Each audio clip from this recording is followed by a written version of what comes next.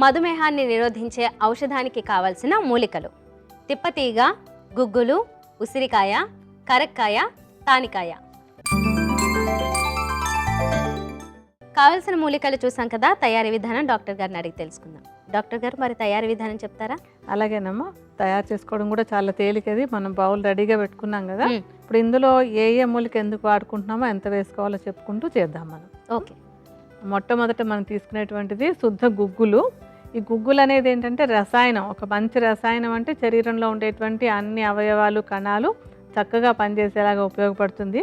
గుగ్గులకి చాలా చాలా మంచి మంచి ఎఫెక్ట్స్ ఉన్నాయన్నమాట. ఒకటి, మధుమేహాన్ని నిరోధించడమే కాదు, ఒకవేళ కొలెస్ట్రాల్ లాంటిది ఏదైనా ఉంటే దాన్ని తగ్గించడానికి ఉపయోగపడుతుంది. అలాగే కీళ్ళ నొప్పులు అవి ఉంటే కనుక వాటిని తగ్గించడానికి కూడా ఉపయోగపడుతుంది. అంటే మనం ఒక పర్పస్ కోసం తీసుకున్నా కానీ చాలా మంచి మంచి ప్రయోజనాలు కలుగుతాయి అన్నమాట. సో శుద్ధి చేసినటువంటి గుగ్గులు చూర్ణం, అంటే గుగ్గుల దొరికినటువంటి దాన్ని వెంటనే చేయడం కాకుండా శుద్ధి చేసినటువంటి దాన్ని తీసుకోవాలి. ఈ శుద్ధ గుగ్గులు చూర్ణాన్ని ఒక 50 గ్రాముల పరిమాణంలో ఒక బౌల్లో వేసుకోండి. మీకు చూపించడం కోసం మేము కొద్ది కొద్దిగా వేస్తాం, మీరు మాత్రం ఎప్పట్లానే కొలతల ప్రకారం వేసుకోండి. కొద్దిగా వేసుకుందాం అందులో. తర్వాత ఇందులో మనం వేసేటువంటిది తిప్పతీగ. దీన్నే గుడూచి అని, అమృతాన్ని కూడా అంటారు. ఈ తిప్పతీగ కూడా చాలా మంచి రసాయనం అనమాట. అలాగే ఇమ్యూనిటీ పెంచేటువంటిది. ఇది చాలా చేదుగా ఉంటుంది. ఈ చేదుగా ఉండేటువంటి మూలికలన్నీ కూడా మధుమేహం రాకుండా నిరోధించడానికి చాలా బాగా ఉపయోగపడతాయి. ఒకవేళ వచ్చినా కూడా తగ్గించడానికి కూడా ఈ చేదు మూలికలన్నీ బాగా ఉపయోగపడతాయి అన్నమాట. తిప్పతీగ చూర్ణాన్ని, అంటే తీగ మొత్తాన్ని వాడుకోవచ్చు. ఎండబెట్టిన తిప్పతీగని చూర్ణంలాగా చేసేసుకుని ఈ చూర్ణాన్ని కూడా 50 గ్రాములు తీసుకోవాలి. సో ఈ తిప్పతీగ చూర్ణాన్ని గుగ్గుల చూర్ణంతో కలుపుదాం ఇప్పుడు. తర్వాత ఉసిరికాయలు, అంటే ఆమలకి అంటాం సంస్కృతంలో చెప్పేటప్పుడు. ఉసిరికాయ మధుమేహానికి చక్కటి ఔషధం లాంటిది అనమాట. అలాగే దాన్ని ముందు జాగ్రత్తగాను వాడుకోవచ్చు, మధుమేహం వచ్చిన తర్వాత కూడా వాడుకోవచ్చు. అలాగే ఈ ఉసిరికాయ కూడా మంచి రసాయనం. ఇప్పుడు కూడా టానిక్స్ అన్నీ, అంటే టానిక్లు అంటే మామూలుగా మన ఆధునికంగా చెప్పే భాషలో టానిక్ అని చెప్తున్నాం, కానీ అలా కాదు. దీన్ని రసాయనం అంటాం. ఈ రసాయనాలన్నీ కూడా శరీరంలో అన్ని కణాలు వాటి వాటి పనులు చక్కగా చేసేలాగా తోడ్పడేటువంటివి అనమాట. ఈ ఉసిరికాయ కూడా అలాంటి రసాయనమే. ఉసిరి చూర్ణాన్ని కూడా, అంటే ఎండబెట్టినటువంటి ఉసిరి పెచ్చులను చూర్ణంలా చేసి దీన్ని కూడా 50 గ్రాముల పరిమాణంలో కలుపుకోవాలి.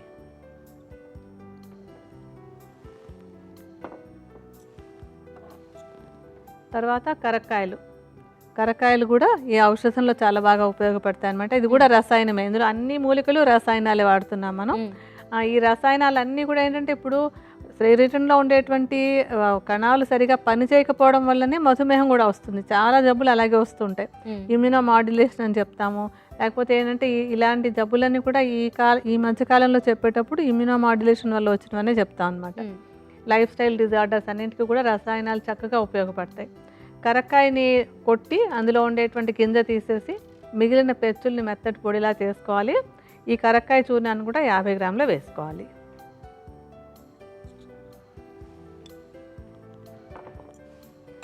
మనం అందులో ఆఖరిగా వేసుకునేటువంటి మూలిక తానికాయలు.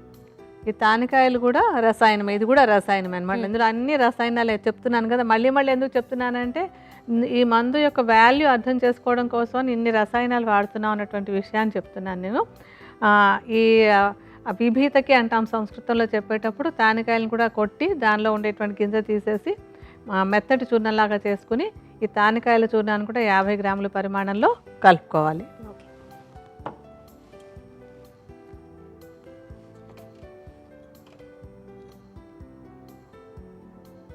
మనం 5 మూలికలు చెప్పుకున్నాం. 5 మూలికల చూర్ణాలను వేసేసాం కదా, అన్నీ బాగా కలుపుకుందాం. ఇందులో మనం ఏంటంటే ఉసిరికాయ, తానికాయ, కరక్కాయ అని 3 మూలికలు వేసాం. ఈ మూడింటిని కలిపి త్రిఫలాలు అంటారు. ఈ త్రిఫల చూర్ణాన్ని ఇందులో కలుపుకోవచ్చు అనమాట. ఒకవేళ విడివిడిగా దొరకలేదన్నా కూడా త్రిఫల చూర్ణాన్ని తీసుకొచ్చి, త్రిఫల చూర్ణం 3 కలిసినటువంటిది కనుక 150 వేసుకోవాల్సి వస్తుంది. అప్పుడు ఓకే, బాగా కలిపేశారా?